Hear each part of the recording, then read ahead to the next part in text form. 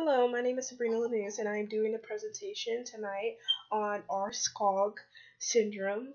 I chose to do Aarskog syndrome as my presentation because I find it very interesting. Like I've always seen people with small limbs or like their eyes are like really apart, and I always wondered what it was.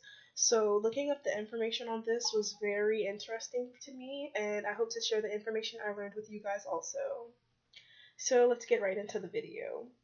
Aarskog syndrome, it is an extremely rare genetic disorder which affects the height, muscles, skeletal, genitals, and also the facial appearance of a person. So you may say, what exactly is Aarskog syndrome? Aarskog syndrome is a rare genetic disorder caused by a mutation of the X chromosome. This disorder can affect a person's stature, facial features, genitalia, muscles, and bones. What causes Aarskog syndrome? Aarskog syndrome is an inherited disorder. It is a result of a mutation of the facogenital dysphalia gene. This links to the X chromosome. X chromosomes pass down from parents to their children. Males have only one X chromosome. So males, children of a woman who carries the genital defect, will most likely have Aarskog syndrome. Also, females can get the trait of Aarskog syndrome, but it's mild, so it's not as bad as it would be if a male has it. Signs that you have Aarskog syndrome: growth to moderate short sutures. You could find out that your child has it. It starts showing within the ages of 1 to 3 years old. They would have a short neck, a round face, broad forehead. Hands and feet will be small and broad, like stubby. Also, in your hands, you see how I have different lines in my hands and different creases. They would only have one. That's another way to detect if your child has Aarskog syndrome. The abdominal navel, around your navel, you would have extra skin. Low set ears, your ears would be flapped over a little bit, and also you would have extra meat on your earlobes, so they'll be bigger. A delayed eruption in teeth. If your teeth will take a long time to grow, that's another sign that you may have Aarskog syndrome. Webbing of the skin, and also a cleft lip where your mouth is connected to your nose. So how is Aarskog syndrome diagnosed? If your child's doctor suspects that your child has Aarskog syndrome, they may order a genetic testing to confirm the presence of the mutation in your child's genes. The doctor will also ask you about your family's background. Also, he may take a head x-ray that may help determine the severity of the malformations caused by the Aarskog syndrome. Also, incomplete closure of the bones in the spinal column can also detect if your child has Aarskog syndrome. The affected population of Aarskog syndrome.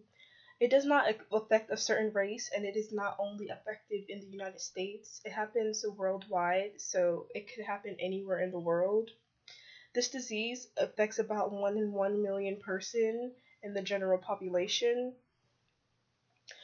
The brain of someone that has Alzheimer's disease, it's slow cognitive performance.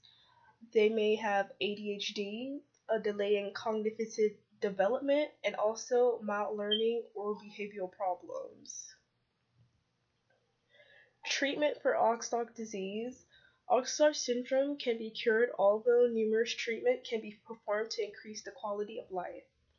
Surgery may be caused to correct some of the facial abnormalities. So for instance, like the cleft lip, you could have surgery on your cleft lip and they could close that up instead of you having to walk around with a cleft lip or having your child to walk around with a cleft lip. They'll be able to fix that for you. Also, if you don't like the extra meat that's in your ear, you could also get that corrected. And also, if your ear hangs, you could also get that corrected as well. Another sort of treatment is it could be growth hormones. Like they'll do different trials of growth hormones, and that could help the statures grow, to normal, but they would have to do multiple trials of the growth hormone so it could get to where you want it to be. Required additional emotion support due to any physical or social difficulties.